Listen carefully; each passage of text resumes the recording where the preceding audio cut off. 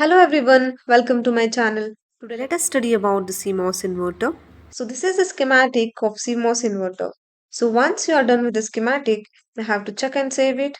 Then you click on this create, go to cell view, from cell view, and you do not change any of the names here. Then you will say apply it. Then you will say okay. So here according to the schematic, our top pin is VDD and our bottom pin is VSS and our right pin is V out. So we'll keep it as it is V out. We'll remove this. Yes. And according to the schematic, we'll give the names here. We'll say apply. So once you apply it, you'll find this. We'll just remove these square boxes from here. Select on it and remove this. So if you want to give the name like CMOS inverter or NAND gate, etc., you can give here. Then we'll remove here. Then we'll place here. We'll adjust. Then now I'm doing it for CMOS inverter, so I'll take this line. We'll drag this. We'll do like this. We'll connect. So next we'll give an bubble. Escape it. So now place it accordingly. Then keep these things accordingly.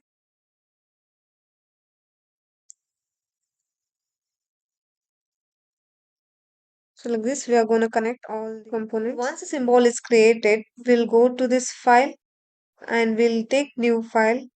So this is my library and this is a cell name. We'll just change the cell name to _1. Okay. Now window will open. Then we'll click on the instances and we'll browse for our library now. The library have saved this is here, so we'll take this and we'll say escape. So this was our symbol, you can see here, that we have created before. So now in order to do the DC analysis, we'll take here VDC and also here VDC and we'll connect an capacitor and output pin.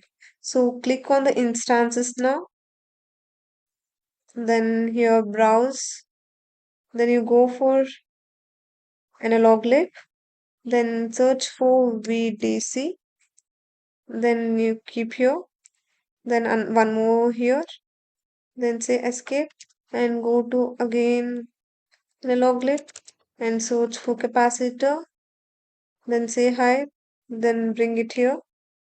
So then again go for the instances, then find the ground here, then say hide, then we'll connect under all the components wherever we need it. So now we have placed all the components. We'll take the wire now and we'll connect beam. So here we connect this to ground. So we'll connect, then we'll take an V output pin. We'll type V out and we'll go here and select the output. Then say hide. Then come here and join at the output side. Then say escape to it. Okay, now if you want to rotate this, you just click on it and go for this and click on R. Once we are done with the CMOS test, we'll check and save it. We'll go to launch ADL window. So as we are doing the DC analysis, we'll say the copy from cell view first and we'll give the name value 1.8. We'll go to the DC analysis now. Click on this DC, save the DC operating point, then say design variables. Then select from variable that is V in only and we'll say OK to it. Then start is 0 and stop is 1.8. Then say apply, then OK. Then we'll click on this outputs to be plotted, select on schematic. So we'll select on this output, then we'll go to ATL window, then run it.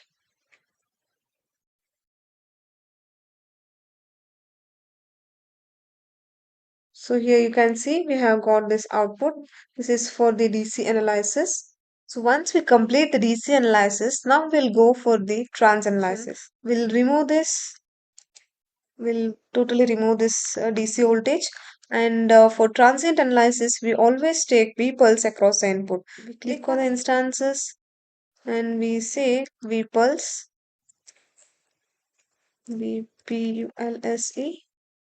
Then we'll click on this hide and we'll connect here V pulse. Say escape.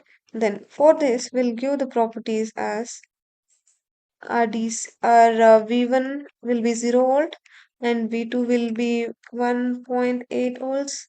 Then our period will be 40 nanoseconds and we'll give the pulse width as 20 nanoseconds. Then we'll say apply it. Then OK. So we have given VDC as 1.8 volts and the output capacitor load is 100 femtofarad. So once we are done with these properties, we'll check and save. Go to launch again, ADL window. Then we'll select the trans analysis now. Then we'll say 100 nanoseconds. Then apply on moderate. Then apply it. Then OK. Then go to this outputs to be plotted. Select on schematic. We'll select on this V in. Then we'll select on this V out. Then go back to the Virtuoso window. Then click on this run. Once you are done with this waveform, we'll right click on it. Then we'll say send to calculator. Then say Control X. Then go to this clear buffer. Then to function. You find the rise time here. So click on this rise time now. Then paste your thing. Control V. So always make sure that initial value is 0 and final value is 1.8. And always make sure that for rise time, percentage low is 10 and percentage is high. If you're doing it for fall time, we'll go from 90 to 10 here. Then we'll say apply. Then OK. Then we'll say append. So you can see here the rise time 2.3975 to 10 to the power minus 9 is updated. Then if you click on here, that will go back and update in the aerial window.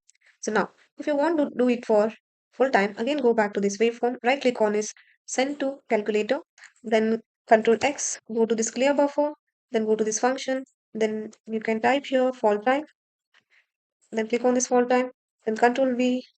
So you can see here for the fall time, we have given it from 90 to 10. So say apply, then OK.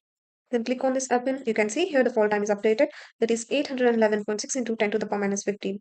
So if you click here, the fall time will get updated in the aerial window. So let's see here. So this is our aerial window. Sometimes the value will not get updated here. If you want to see it, then just run it. After running it and going back, you can see the values are updated. First, we'll change this rise time to TR now. TR. Then say apply. Then OK. Then same here, right click on this. Go to edit. Then TF. Then apply. Then OK. So our TR and TF are ready. So if you want to find Fmax and TP, you can right click here, go to edit, then remove this and say Fmax, and we'll remove the expression. After removing the expression, we'll add a new expression for 1 divided by TR plus TF. So this is our expression for Fmax. Then always don't forget to add it after doing these changes. Then apply, then OK. You can see here Fmax is updated. So if you want to display here, you can again run it. So once you run, you can see here the Fmax is also updated based on that formula. That is 1 divided by TR plus TF. So if you want to get the TP again, go to edit, then say TP, then you remove this expression again, then write 0.35 into TR plus TF. Then close the bracket and make sure you add it, then say apply, then OK. Then run it again. So once you run it, you can see here the DP is also updated based on the formula that is 0.35 into TR plus TF. So this was all about the timing parameters. Thank you so much.